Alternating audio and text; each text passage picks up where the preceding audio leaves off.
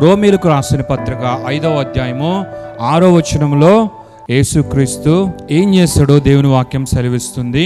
ఒకసారి మనం శ్రద్ధగా చదువుకుందాం. ఏలైనగా మనం ఇంకా బలహీనులమై ఉండగా క్రీస్తు యుక్త కాలమున బలహీనుల కొరకు చనిపోయెను. నీతిమంతుని కొరకు సైతం ఒకడు చనిపోవట అరుదు. మంచివాని కొరకు ఎవడైనా ఒకవేళ చనిపోవ తెగింపవచ్చును. అయితే దేవుడు మన ఎడల తన ప్రేమను వెల్లడిపరచుచున్నాడు. ఎట్లనగా మనం ఇంకను పాపులమై ఉండగానే క్రీస్తు మన కొరకు చనిపోయెను. ఈ వాక్యాన్ని దేవుడు అపోస్తలుడైన పౌలు ద్వారా వ్రాయించాడు. ఈ యొక్క వాక్యాన్ని ఆయన ఆరంభించడమే ఒక గొప్ప స్టేట్మెంట్ తో ఆయన ఆరంభించాడు అన్నది మనం తెలుసుకోవాలి. పౌలు అంటున్నాడు, we were justified by faith. We have been justified by faith in Christ Jesus. నజరేయుడైన యేసుక్రీస్తు నందు మనము విశ్వాసము చేత తీర్పు తీర్చబడ్డాము. మనము తీర్పు తీర్చబడ్డాము జైలుకు వెళ్ళడానికి. మనం తీర్పు తీర్చబడ్డాము సెంట్రల్ జైలుకు వెళ్ళడానికి. మనం తీర్పు తీర్చబడ్డాము ఇంటర్నేషనల్ అండమాన్ నికోబార్ జైలుకి. మనము తీర్పు తీర్చబడ్డాము మన పాపములను బట్టి, మన అతిక్రమములను బట్టి తీర్పు తీర్చబడి నశించుటకు, నాశనమవుటకు నరకానికి సిద్ధపరచబడ్డాము. నరకానికి మనం వెళ్ళవలసిన వారమై ఉన్నాము అని దేవుని వాక్యము సెలవు ఇవ్వట్లేదు.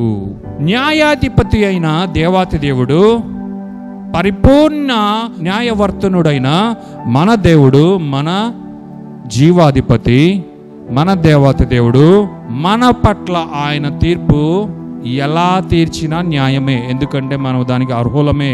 మనం చేసిన వాటికి, మన జీవితానికి, మన బ్రతుకుకి, మన ఆరంభానికి, మన ప్రస్థానానికి, మన భవిష్యత్తు అలాగే ముగింపుకు సర్వసాధారణమైన స్థితిలో గనక చూసుకుంటే దేవుడే మనకు గనక తీర్పు తీరుస్తే మనమందరూ కూడా we all would be banished and we would be sent directly to hell. మనమందరూ కూడా త్యజించబడి ఒక్కసారిగా మనము పక్కకు నెట్టివేయబడి మనమందరూ కూడా నరకంలో నింపబడవలసిన వారమే.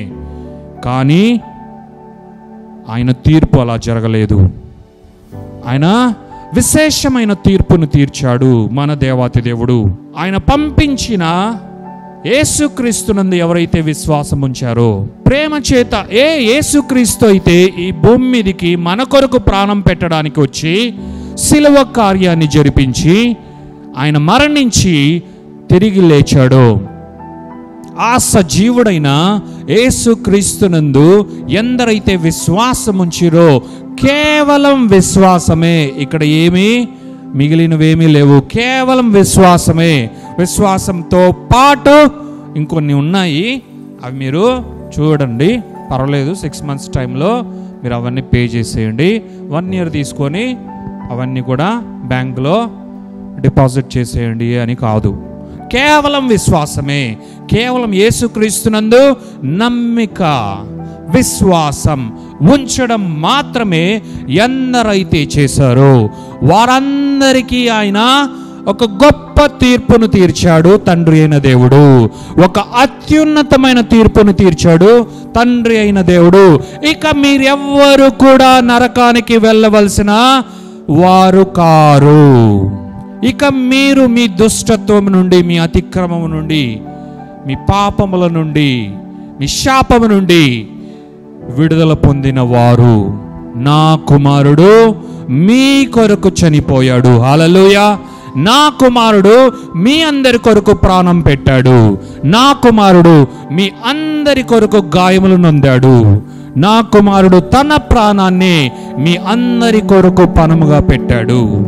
నా కుమారుడే మీ తీర్పును తన పైన వేసేసుకున్నాడు. మీ అందరి తీర్పును మీరు అనుభవించకుండా ఆయన పైన వేసేసుకొని ఆయనే అన్నీ కూడా భరించాడు, వహించాడు. కాబట్టి ఆయన యందు విశ్వాసం ఉంచిన మీరందరూ కూడా తప్పింపబడ్డారు, తప్పింపబడ్డారు, తప్పింపబడ్డారు, ఎన్నటెన్నటికీ తప్పింపబడ్డారు. You were rescued from everything forever. You were rescued from hell. You were rescued from death. It might be a physical death or eternal death. You were rescued from all the curse. ప్రతి శాపము నుండి, భౌతిక శాశ్వతమైన మరణం నుండి, నరకము నుండి, పాతాళం నుండి, ప్రతి దాని నుండి మీరు విమోచింపబడ్డారు. ప్రతి దాని నుండి మీరు విడుదల పొందారు. ఇక మీరు వాటి వశము అవ్వవలసిన అవసరం లేదు.